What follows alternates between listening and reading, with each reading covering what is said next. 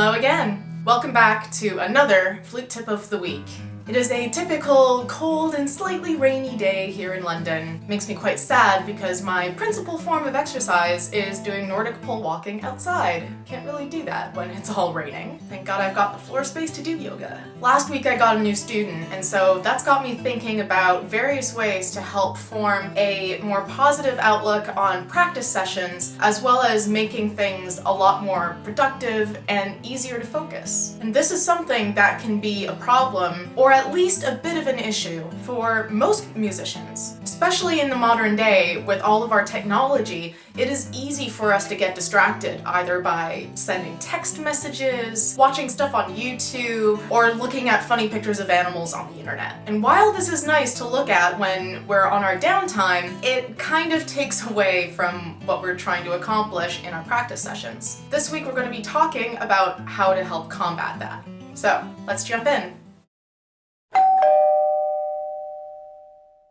It's important to develop good habits for your daily practice that will help to maintain your focus, productivity, and also your positivity. This isn't to be confused with good habits that you need to have while you're playing the flute. These are things that can help you combat getting distracted while you're practicing, and also to help you really focus and have a more positive outlook on what you're doing. One thing that makes it difficult for people to keep positive is when we make a mistake and we want to have an exclamation of some sort. Whether you're someone who swears, or you just go, "Ah!" or something like that, it can take away from the focus that you need to be able to overcome this problem. The way that I got over this was by making a quick sound so that I can still feel the release of just going, okay, you just gotta set that back up again. But at the same time, not have a negative feeling on the inside of it. So you can do whatever quick sound you're thinking of, but the one that I always use is just clicking my tongue. I'll be practicing, and if I make a mistake, I'll just go, and then start again. And while this can look a little bit weird when warming up before orchestra rehearsals or something like that, it's a lot better than sitting there and then all of a sudden swearing for all the world to hear. Swearing or saying some form of exclamation ends up becoming a habit within itself. And so if we make a mistake in any other circumstance, like if we're in a rehearsal or in a lesson, we might end up saying whatever we're used to saying whenever we make a mistake, but in that scenario. Centering your breathing and taking a moment before you actually start to play to just focus on relaxing your muscles, getting a nice deep breath, and clearing your head is also a really good way to start before you actually pick up your flute. This is best done if you're lying down on your back on the floor of the practice room you're in, and just taking some minutes, putting your hand on your chest and the other one on your stomach, and feeling your stomach rise and fall. And just think about maybe one cue word that you want to have continue on through your practice session, as well as just focusing on relaxing your muscles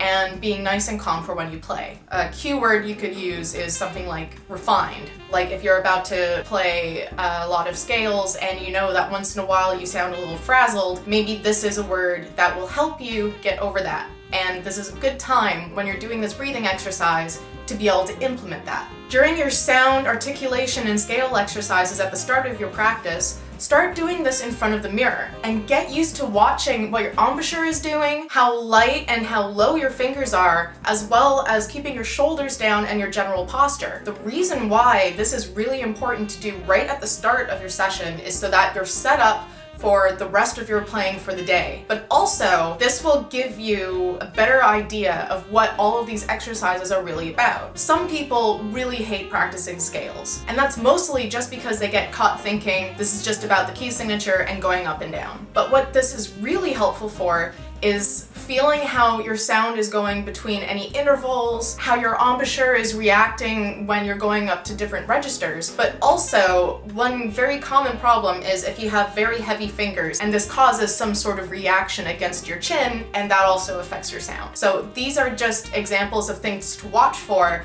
and why it's really important to set yourself up properly right at the start of your practice. And this is really easy to do if you're playing in front of a mirror. My final idea for today is about our technology. Put your phone on silent or in a different room if you don't trust yourself to not look at it. And instead of using your phone as your clock to be able to see how long you've been practicing, or if you need to stop practicing so that you can get to a rehearsal or a meeting or something like that, set an alarm or set a kitchen timer. Anything that means that you don't have to pay attention to it while you're actually working. And what this will do is it'll just say to you, okay, I don't need to be in charge of how long I need to practice now. My phone's in another room and I don't want to keep leaving the room to go and check Facebook. But also it's good to start thinking about the amount of time that you believe you're able to properly focus when you're practicing. It's basically impossible for you to be 100% focused without break for more than an hour. Normally you would need at least a 10 or 15 minute break to let your mind calm down, let something sink in, and then maybe get back into a few bits of section work. But putting your phone in a different room and setting a timer will help so that you don't get distracted if you go to check your time on your phone and you see, Bob has just sent me a message. It's a YouTube link. I better watch this because I like cats. That doesn't work for me. Only if it's dogs. But that's just another example of a good practice habit that will help you out so that you're able to be really productive and maintain your focus. So again, that tip was it's important to develop good habits for your daily practice so that you can maintain focus, productivity, and positivity. I hope you find this week's tip helpful. I put out new videos every Monday, so make sure to subscribe. And if you have any questions about this tip or any other tips that I've posted, then just put it in the comments section and I will get back to you immediately. If you find that you have other practice habits that help out, then share it in the comments section. Maybe you're going to be able to help someone else as well. So until next week, flute happy, practice happy, and keep your focus.